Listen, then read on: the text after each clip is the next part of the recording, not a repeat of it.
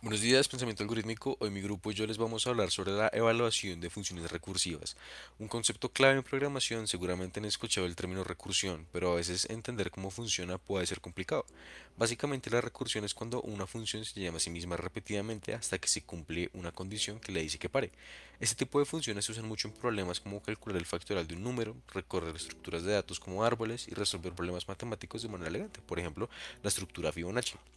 Pero verdaderamente, ¿qué significa evaluar una función recursiva? Significa analizar su comportamiento paso a paso, entender cuántas veces se llama a sí misma y qué resultados produce en cada paso. Es importante entender esto porque si no controlamos la recursión correctamente podríamos terminar con una función infinita que hace que nuestro programa se bloquee. Así que hoy vamos a ver cómo se evalúan estas funciones para entenderlas mejor. Muchas gracias. Hola, yo les voy a dar una explicación conceptual sobre la evaluación de funciones recursivas. Para esto es fundamental entender cómo se descompone el problema en partes más pequeñas hasta llegar a un caso base, que es el punto donde la recursión se detiene. Si este caso base no existe, la función nunca parará, lo que puede causar errores en el programa. Para visualizarlo mejor, podemos imaginar una pila de cajas, donde para sacarla de abajo, primero debemos quitar las de arriba una por una.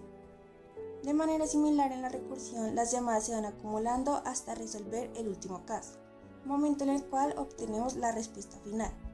Al analizar una función recursiva es importante observar cuántas veces se llama a sí misma, cómo cambian sus parámetros y qué ocurre en cada ejecución. Esto nos permite predecir su comportamiento y evitar errores, como bucles infinitos o un consumo excesivo de memoria.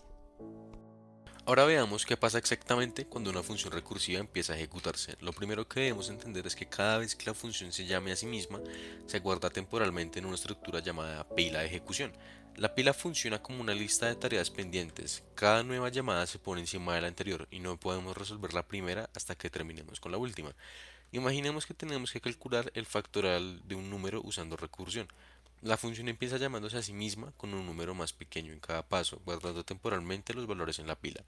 Cuando llegamos al caso base, que normalmente es cuando el número llega a 0 o 1, comenzamos a resolver las operaciones en orden inverso, sacando cada valor de la pila y combinándolos para obtener el resultado final. Este proceso de acumulación y resolución es lo que hace que la evaluación de funciones recursivas sea tan importante. Si entendemos bien este flujo, podemos predecir cómo se comporta la función y evitar errores como el desbordamiento de pila que ocurre cuando la recursión es demasiado profunda y consume demasiada memoria. Hasta ahora hemos visto cómo se evalúa una función recursiva paso a paso, pero hay un error que cometen muchas personas y es la función de parada.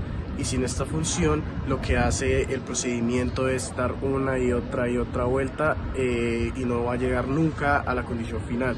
Entonces este es un pequeño detalle que mucha gente olvida y que es muy importante para la realización de dicho procedimiento. Otro problema que podemos encontrar es cuando la recursión no está optimizada. En algunos casos una función recursiva es más lenta y ocupa más espacio que una versión interactiva. Por eso es que cuando vamos a hacer archivos es mejor mirar si algunas funciones nos sirven o no, ya que podemos perder balance a la hora de hacer algún comando, ocasionando pérdida de datos y perdiendo optimización. Tell me why should I let you go?